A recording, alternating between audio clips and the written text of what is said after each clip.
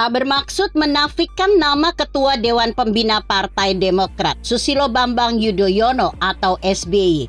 Harus diakui beliau adalah mantan presiden 2 periode. Juga tak bermaksud meragukan kemampuan putranya, Agus Harimurti Yudhoyono atau AHY. Mantan tentara yang meski kalau dilihat dari lingkup nasional cuma pensiunan mayor, saat ini merupakan ketua umum partai. Jika melihat sosok SBY dan AHY, Partai Demokrat seyogyanya punya bentuk komunikasi politik yang positif. Tapi anehnya, makin dekat Pilpres 2024, kondisi hubungan eksternal Demokrat tambah kurang baik.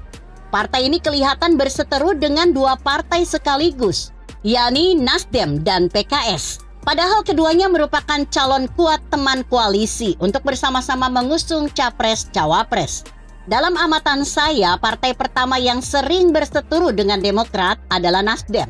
Utamanya pasca pencapresan Anies Baswedan. Diketahui beberapa kali elit kedua partai debat di media. Bahkan sang ketum AHY tak mau kalah juga harus turun gunung. Aksi terakhir AHY adalah ketika melakukan counter opini terhadap Wakil Ketua Umum Nasdem, Ahmad Ali. Habis Nasdem, PKS tak luput pula ikut menyerang Demokrat. Terjadi ketika Wasekjen Demokrat, Janssen Sitindaon, menilai koalisi bisa bubar kalau ada yang bersikap dominan. Lewat juru bicaranya M. Khalid, PKS minta agar Demokrat tak baperan dan sebaiknya dibuat enjoy saja. Tak perlu dikit-dikit main ancam koalisi bisa bubar atau batal. Selain hubungan kurang bagus dengan partai calon teman koalisi, Demokrat juga terlihat tak menemukan kepekaan ketika mengeluarkan pernyataan yang dilontarkan ke publik. Sekali lagi, tak bermaksud menafikan nama SBY. Justru Pak SBY lah yang telah melakukan sedikit kesalahan itu atas nama Demokrat. Apa kata Pak SBY?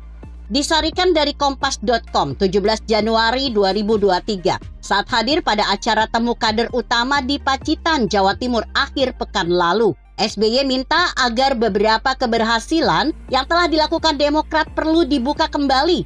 Para kader didorong untuk mengingatkan masyarakat bahwa ternyata yang dulu itu lebih bagus. Bahkan kondisi masyarakat saat ini lebih berat dibanding saat SBY jadi presiden. Pernyataan SBY tersebut mengandung kelemahan. Disadari atau tidak, bisa dimanfaatkan oleh lawan politik untuk menghantam balik SBY dan Partai Demokrat sendiri. Terlebih menjelang berlangsungnya rebutan Vox Pop, baik pemilih legislatif maupun presiden. Lawan yang jeli dan peka mengamati situasi akan menjadikan pernyataan SBY tersebut sebagai peluru. Ingat, dalam konteks infrastruktur, Demokrat dan SBY punya kelemahan, yaitu terbengkalainya proyek pembangunan kompleks olahraga nasional Hambalang. Bahkan saking fenomenalnya kegagalan proyek itu hingga ada julukan Candi Hambalang. Ditambah lagi, dan ini sayangnya, SBY selalu mengelak ketika masalah itu ditanyakan oleh wartawan. Akar masalahnya mungkin bukan karena tindakan SBY dan Demokrat secara langsung, tapi karena sebab-sebab perbuatan koruptif. Namun, yang perlu disadari, para pelakunya terdiri dari kader Demokrat. Pastinya yang kena getah adalah orang-orang yang ada di sekitar partai berlambang Mercy itu. Ya, termasuk keluarga SBY sendiri. Kalau masalah Candi Hambalang diangkat lagi ke permukaan, jelas merupakan makanan empuk bagi lawan politik. Efeknya bisa kena ke partai. Saat kampanye nanti, Demokrat akan dihajar habis-habisan oleh jurkam parpol lain dengan cara sebarkan konten bahwa Demokrat turut andil sebagai penyebab terjadinya kerugian negara di proyek Hambalang. Dalam konteks Pilpres 2024, ada juga pengaruh terhadap rencana AHY untuk dijadikan cawapres, entah sebagai pendamping Anies atau siapapun. Bisa-bisa AHY dijegal. Alasannya karena AHY merupakan bagian dari anggota keluarga SBY, di mana mantan presiden ini dulunya dipersepsikan tidak punya kemampuan mengendalikan anak buah untuk tak berbuat korupsi. Sekedar saran, ada baiknya Demokrat mulai berbenah. Tujuannya menjaga hasil survei yang mulai membaik agar tetap stabil hingga nanti sampai pada pelaksanaan pemilu legislatif. Juga untuk memberi proteksi kepada AHY sebagai kandidat cawapres, supaya tidak jadi bulan-bulanan lawan politik, akibat menanggung dosa turunan zaman SBY berkuasa dulu. Menilik beberapa masalah yang selama ini kerap muncul ke permukaan. Pembenahan dilakukan terhadap cara diplomasi dan upaya lobi. Demokrat dan para elitnya perlu memahami momentum serta materi saat ingin menyampaikan pernyataan.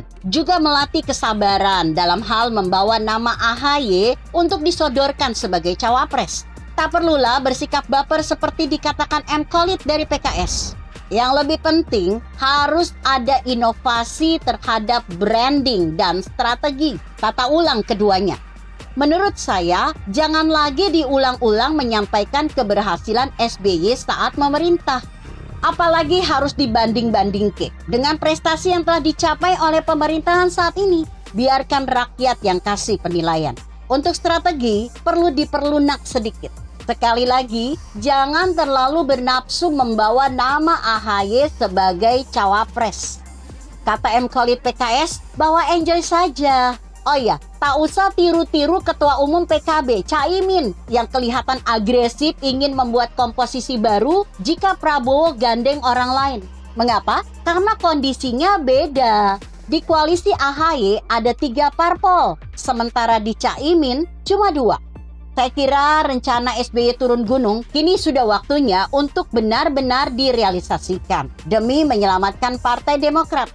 Sementara dalam konteks Pilpres, guna mengajak Surya Paloh dan Salim Segaf duduk bertiga pada satu meja. Mencari titik terang soal nasib AHY. Kalau jadi cawapres, kapan deklarasinya? Kalau tidak, bagaimana tindak lanjut berikutnya? Begitu kira-kira. Artikel ini ditulis Zabidi Mutiullah yang disadur dari Kompasiana.com dengan judul Ada Apa Dengan Partai Demokrat dan SBY? Bagaimana menurut Anda? Jika Anda berpendapat lain, tuliskan komentar Anda di bawah ini. Saya Emma, Karisma 90.